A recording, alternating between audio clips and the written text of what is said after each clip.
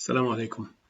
We are back with the fourth episode in this series regarding Ramadan and entertaining and sort of interpreting the verses from 183 to 186 from Surah Al-Baqarah. So I would like to take you back to the same verses that we've been dealing with in the last few episodes. And we start with this with a few more concepts, and we're going to focus specifically today on the purposes of fasting, specifically the purposes that are mentioned in the verses themselves. So here I just want to draw your attention to the fact that we're not necessarily talking about the benefits. We're talking about the purposes that are defined by the Quran according to the Quran itself. And again, this is part of the methodology that we always follow, which is we constantly refer back to what the Quran says and make that our priority, make that our primary source of understanding. We discard everything else when we enter into the Quran, and then we go back to other things. But first, the priority is always the Quran itself. So if you remember in the prior episodes, we talked about that these first two verses, 183 and 184, are addressing the people from the communities of faith of earlier communities of faith, meaning communities of faith before the Quran. So the first indication that there is a purpose given to the prescriptive fast or the devotional fast that Allah subhanahu wa ta'ala is talking about in these verses is this expression right here, which is the third clause in the first verse, لَعَلَّكُمْ تَتَّقُونَ, perchance or for the purpose of that you attain to be disciplined. And we explained that taqwa in the Quran is a technical term, is a very specific indication given by that term in the Quran, is different than the general purpose type of use in the Arabic language. Taqwa in the Quran means discipline in applying the methodology. Discipline in applying the methodology, which is the organic methodology from within the Quran itself. So Allah subhanahu wa ta'ala is telling us fasting helps you, gets you ready, gets your mental abilities, your cognition ready to apply in a more disciplined way the methodology. So this is an eye-opening concept by itself. The Quran is telling us specifically that fasting is not just a physical activity, it's a mental preparedness activity. And this is right here in this verse. The second concept that Allah subhanahu wa ta'ala is encouraging us to pay attention to is that even if you are sick or traveling, if you are sick or traveling, and remember this part, these two clauses or these two allowances are also included in the allowances later on for the believers who believe in the Quran. So even though this is still talking about the earlier communities of faith, when it comes to talk about the believers in the Quran, it has the exact same expression. Whoever is sick or traveling, then make up using other days from other parts of the year. And this is a very important concept that we need to focus on. So even if you're sick, temporarily sick, not permanently sick, then there's a difference. For those who are permanently sick, meaning they can never, for the rest of their life, as far as they know, they cannot fast, those are excluded from this allowance. But for those who are temporarily sick or traveling on an arduous journey, these two people are not exempt from fasting. They can postpone the fasting. So the fasting is important within a year, that you carry out a minimum of 30 days of fasting. And this is another purpose by itself. So Allah subhanahu wa ta'ala is telling us your mental abilities, your body, your existence, your being needs fasting at least 30 days out of every year. So even if you miss it, make sure you make it up. So this is a very beautiful concept, and the way it's given to us is by this allowance. So Allah subhanahu wa ta'ala is making it easy for us, but at the same time stressing the importance of not missing the benefit or the purpose of fasting. Now, we talked about this last time. Those who cannot endure it, then they make it up by giving the poor dues. And unfortunately, among the Muslims today, there are people who claim that they have this allowance given to them, even though they are Muslims and they accept the Quran, and they refer to this verse. Of course, they misread this verse. They don't understand, or they were misled to understand this verse in the wrong way. This verse is not about Muslims. This is part of history, and it's only a reference given to those communities of earlier faith. Now, again, Allah subhanahu wa ta'ala in this segment number 7, which is part of the second verse, verse 184, whoever volunteers to give more in charity, because the earlier segment is talking about giving food to the poor for those, instead of fasting, for those who cannot ever fast, who are beyond the ability of fasting, really the elderly or the people who have significant damage to their physical body, etc. Allah subhanahu wa ta'ala is using the word فَمَنْ تَطَوَّعَ, whoever volunteers.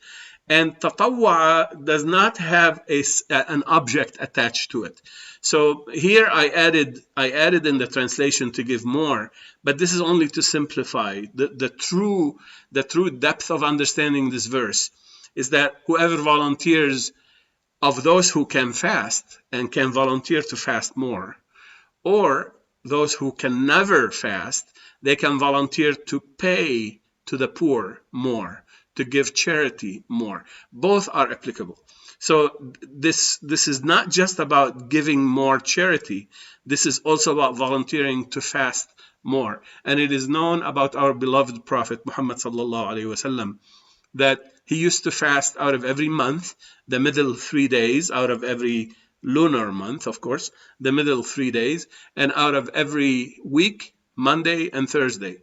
And he would also add, during different months of the year, several days that he would fast. So, for example, in Sha'ban, he would fast a certain number of days. In Shawwal, he would fast a number of days, and so on. Ashura, he would fast. There are many different opportunities where the Prophet ﷺ taught us to volunteer to fast more, and this is of benefit to ourselves, and this is exactly what this verse is saying.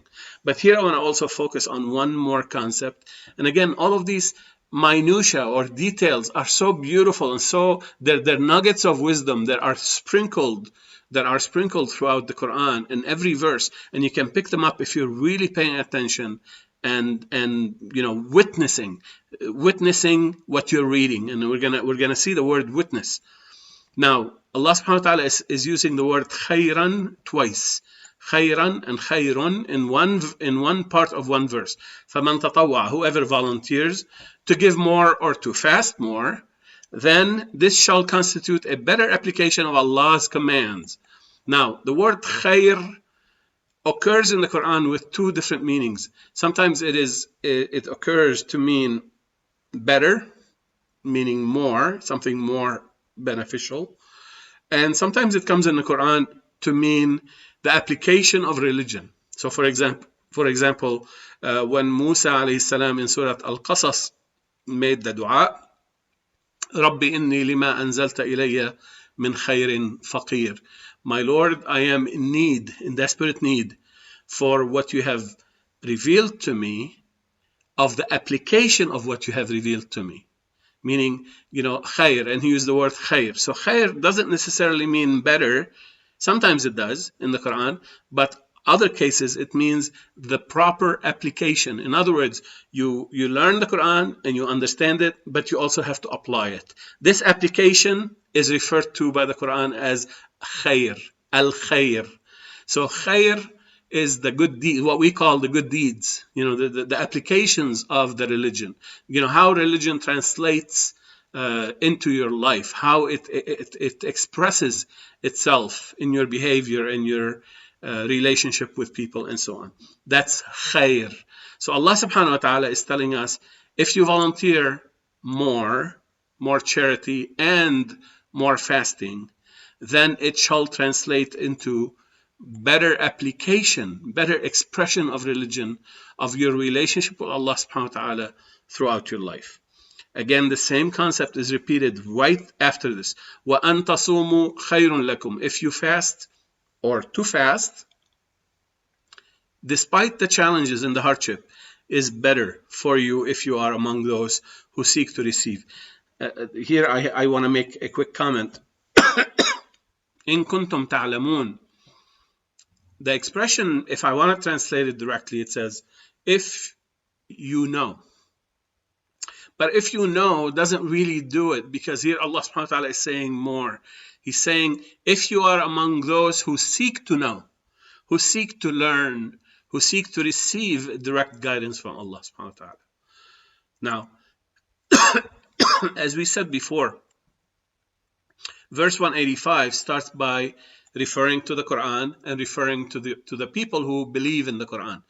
And Allah subhanahu wa ta'ala is defining the Quran in this verse right here, شهر رمضان الذي أنزل فيه القرآن, and then gives an attribute of the Quran. So the Quran is hudan linnas, guidance to people, was made accessible as an instrument of guidance to people. But that's not enough. That's not only what the attribute that's given here.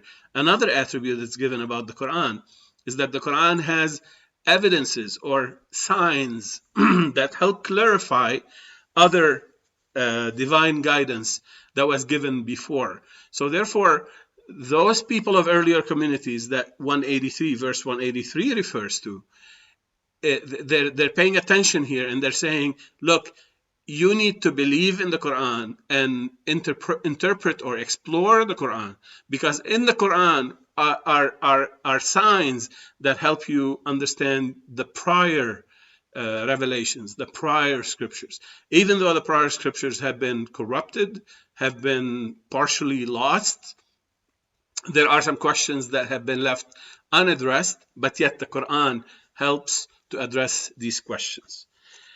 So as you see, the verses of the Quran, especially with this example that we're seeing, 183 to 186, are full of meanings and signs and indications that help us reflect and think.